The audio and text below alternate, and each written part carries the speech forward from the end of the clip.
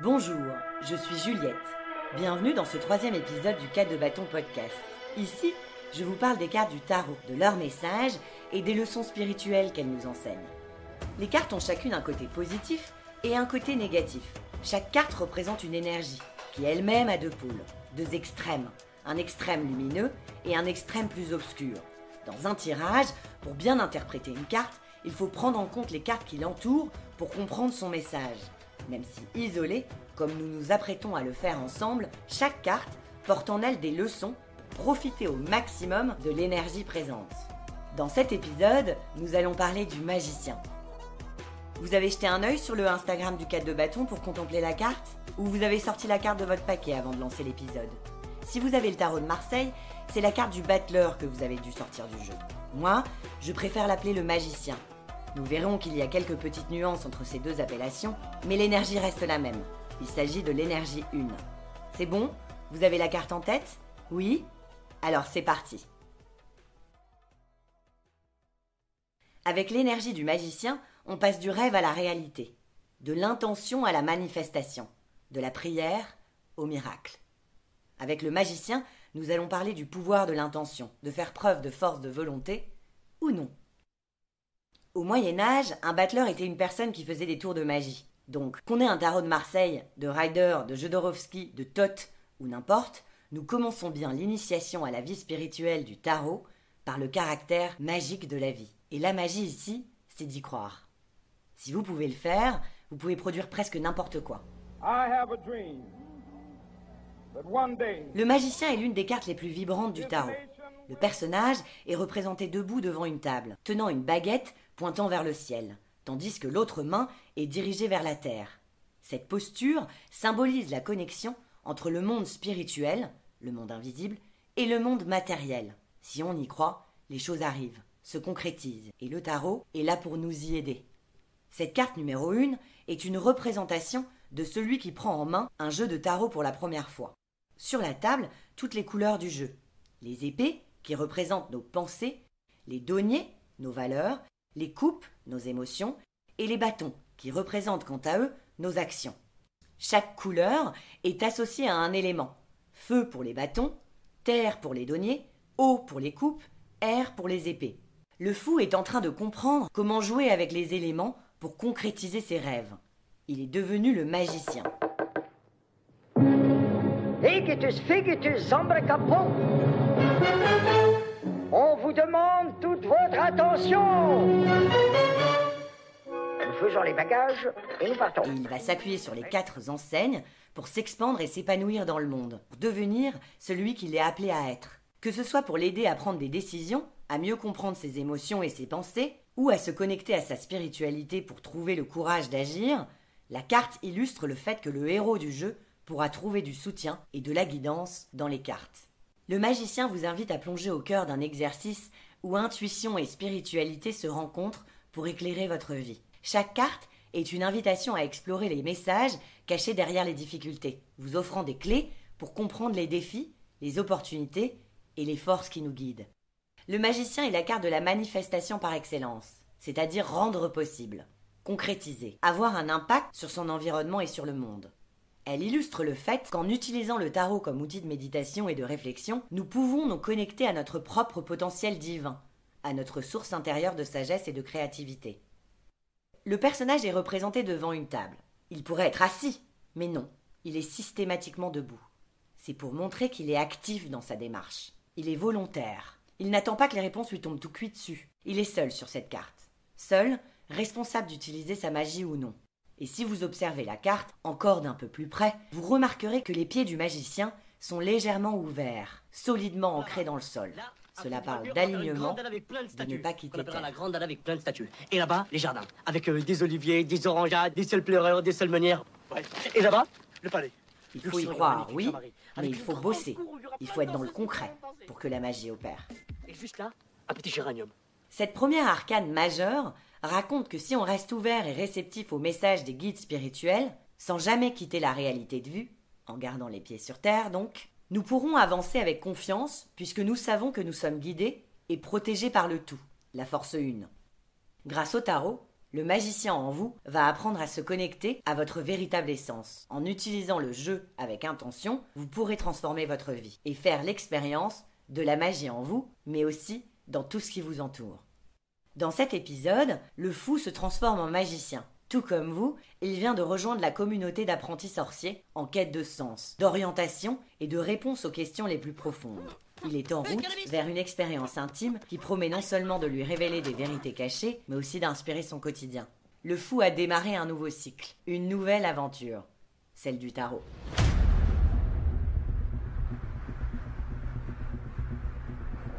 Il se dégage de l'illustration l'idée d'apprentissage, aspirant à l'infini.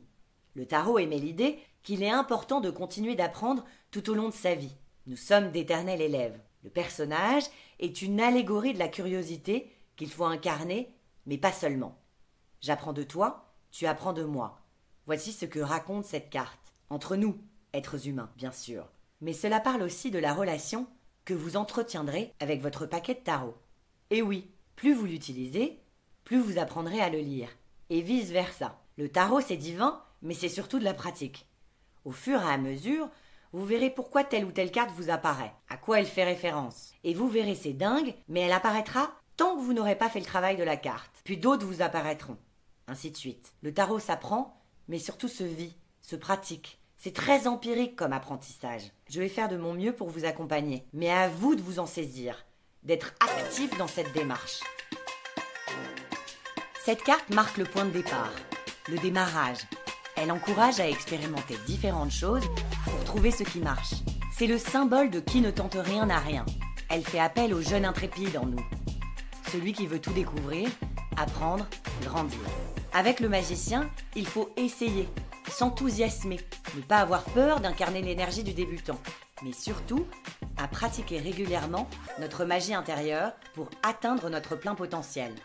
Comment ? En vous tirant régulièrement une carte, en se renseignant sur son histoire, en s'en imprégnant et en écoutant ce que dit votre voix intérieure. Bien qu'il y ait toute une symbolique et une histoire derrière chaque carte, le plus important est ce qu'elle fait bouger en vous, ce qu'elle vous évoque, ce qu'elle met en lumière. Comme je vous disais, les réponses sont en vous. C'est vous le magicien, personne d'autre. Les pratiques intuitives permettent de relier le corps, l'âme et l'esprit. Cette carte en est le symbole. Les qualités telles que l'optimisme, l'imagination et la spontanéité sont précieuses dans cet exercice. Avec la carte 1, le succès est à portée de main. Si vous la tirez, c'est que vous avez certainement le désir de faire quelque chose de nouveau. Avec cette énergie, l'envie de démarrer un nouveau cycle est très fort. Vous êtes inspiré. Quand vous pigez cette carte, vous avez envie d'apprendre, de grandir, de construire. Vous avez l'enthousiasme du battleur et la foi du magicien. Vous êtes enfin prêt à utiliser toutes vos ressources spirituelles, vos rêves et vos talents concrets pour arriver là où vous voulez arriver. Dans un tirage, si vous tirez le magicien, vous pourriez redevenir étudiant, débutant, dans n'importe quel domaine. Il se peut que vous soyez en chemin vers l'apprentissage de quelque chose d'important.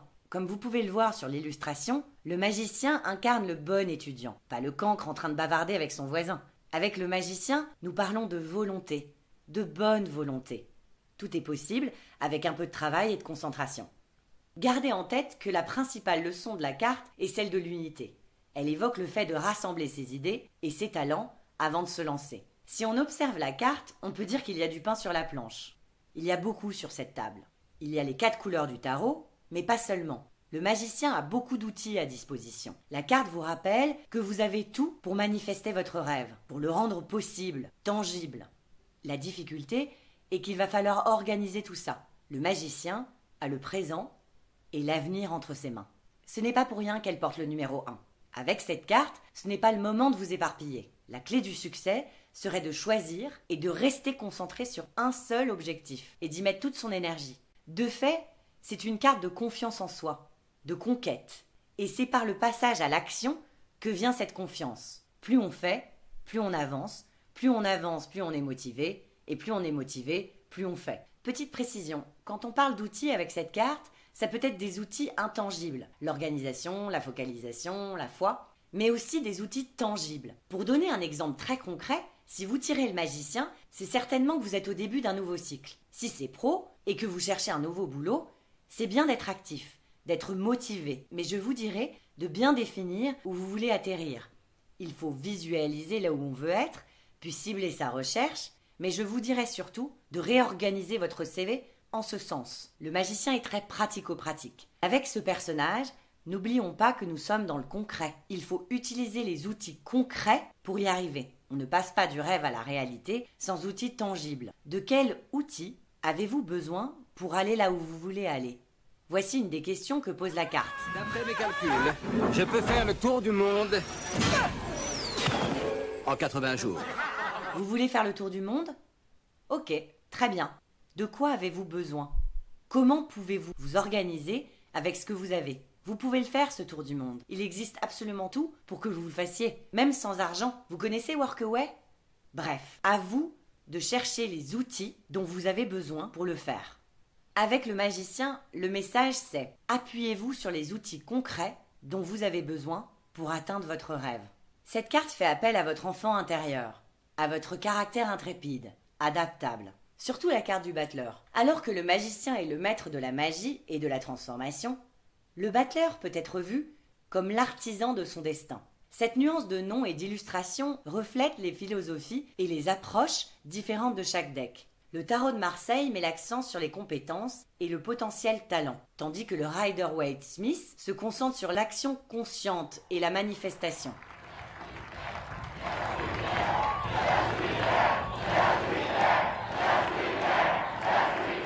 L'autre leçon de la carte est que pour matérialiser, il faut y croire comme un enfant, à rêver, à savoir se connecter à l'invisible, à y croire comme on croit au Père Noël, avec tout notre imaginaire et avec notre cœur aussi. Il faut comprendre cette connexion à l'invisible et à l'universel pour pouvoir investir le monde et faire bouger les foules. Alors imaginons les choses en grand, comme le font les enfants.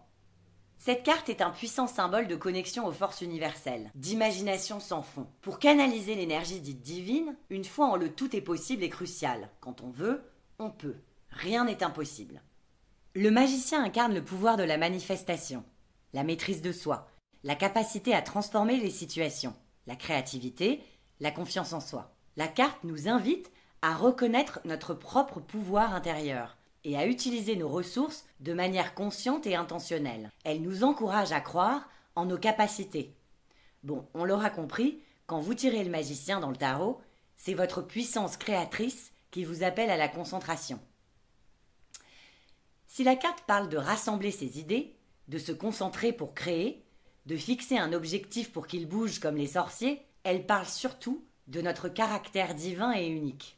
Avant d'évoquer la lettre Alep, dont cette carte fait référence, je voulais vous rappeler ce qui avait déjà été dit dans l'épisode d'introduction. Les kabbalistes suivent une loi orale qui aurait été donnée par Dieu en parallèle de la loi écrite. La Kabbale, c'est un courant mystique porteur d'une connaissance secrète. Pour les kabbalistes, les lettres hébraïques ont une importance particulière. Chacune d'entre elles exprime un aspect de la création. Ces 22 lettres sont le support de la parole divine. Elles ont pour but d'éclairer le monde. Chaque lettre aide à l'ouverture de sa conscience et peut être uniquement comprise par le chemin du cœur. Le tarot est largement inspiré de cette connaissance secrète. Et ces 22 lettres sont représentées par les 22 cartes majeures du tarot. Première lettre de l'alphabet hébraïque, Alep est signe de l'unité en soi. C'est sur la base de cette unité que l'évolution personnelle peut se faire. Alep, dont la valeur numérique est 1, nous rappelle que le cosmos est unité. C'est la même source qui coule en nous tous, ainsi que dans toute chose créée. S'il fallait associer un mot à Alep, la lettre d'essence royale, ça serait un énorme go. Allons-y, créons, laissons s'exprimer notre volonté, car nous aussi, nous avons le pouvoir de féconder la matière, de la transformer, de créer notre monde en 7 jours.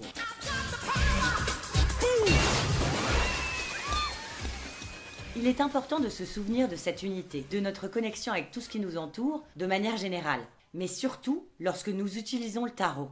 Chaque carte a sa propre signification et ses propres messages à nous transmettre. Mais c'est en les reliant tout ensemble, en les comprenant dans leur ensemble, que nous pouvons réellement tirer profit de leur sagesse. La carte du magicien tente de nous apprendre à vivre concrètement dans la spiritualité, à utiliser notre imagination et nos pensées pour investir le monde. Alors comment mettre son pouvoir magique en application pour incarner son être authentique? L'être que nous sommes appelés à être et à matérialiser dans sa vie ce que nous désirons vraiment. Qu'est-ce que le magicien a à nous apprendre de plus que le fou? Le fou n'a rien sur lui. Il erre.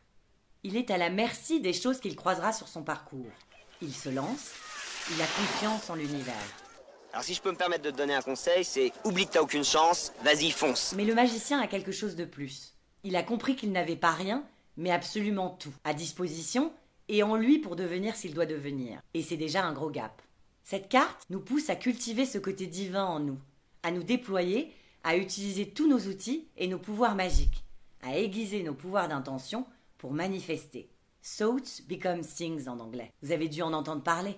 Avec le fou, la première leçon du tarot est que même si on ne sait pas où on va, nous sommes appelés à avancer. Avec le magicien, la deuxième leçon est dans l'idée d'unité, nous invitant à nous rassembler pour transformer.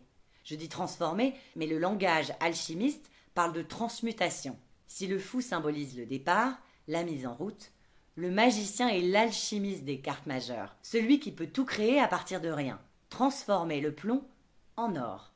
Pour atteindre notre objectif, nous devons comprendre que la pensée agit comme un aimant. Tout n'est que vibration et énergie dans la vie. Ce qui se ressemble s'attire.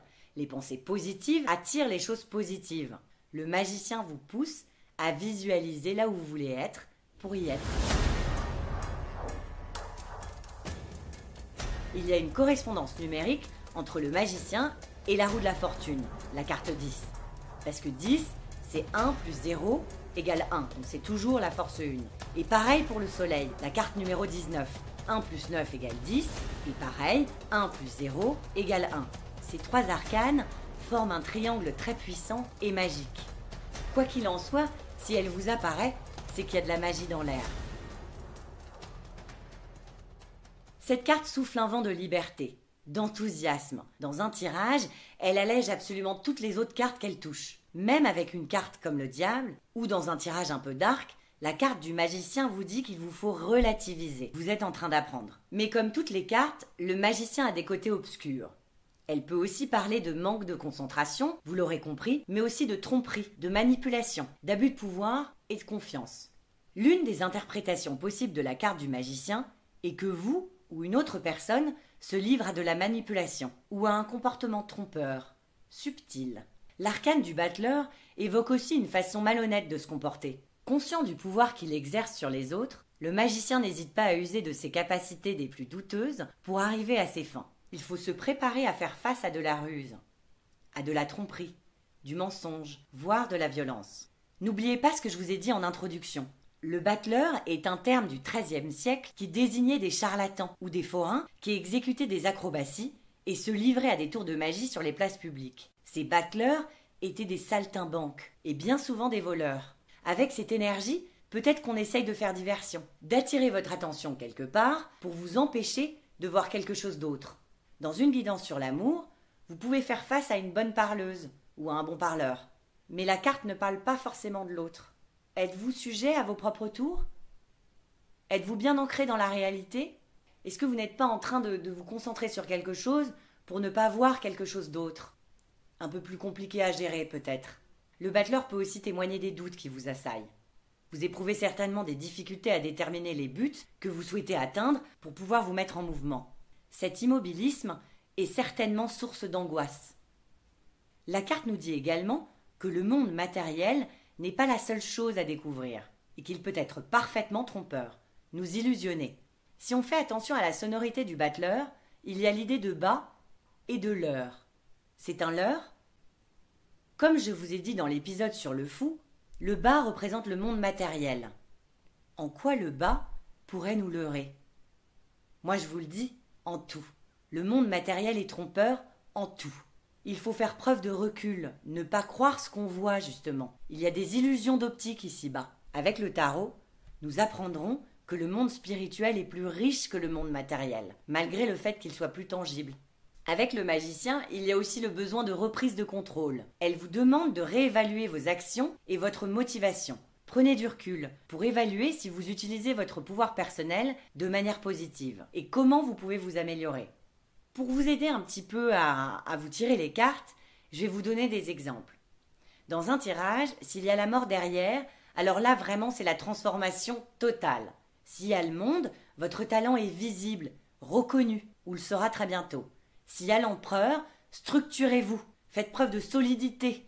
Oui, il y a des choses qui viennent tester votre robustesse, mais tenez bon, faites preuve d'autorité sur vous-même. Le battleur vous interroge sur votre motivation.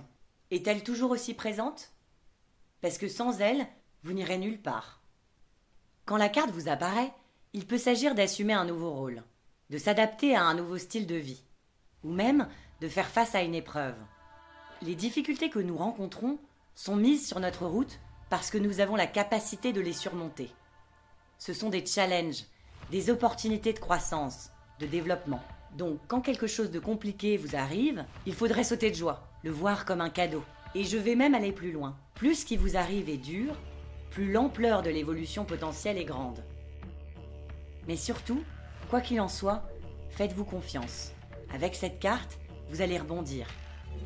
Le magicien incarne le pouvoir de l'intention. Au cœur de son pouvoir, la baguette mystique, clé de la manifestation et de la transformation.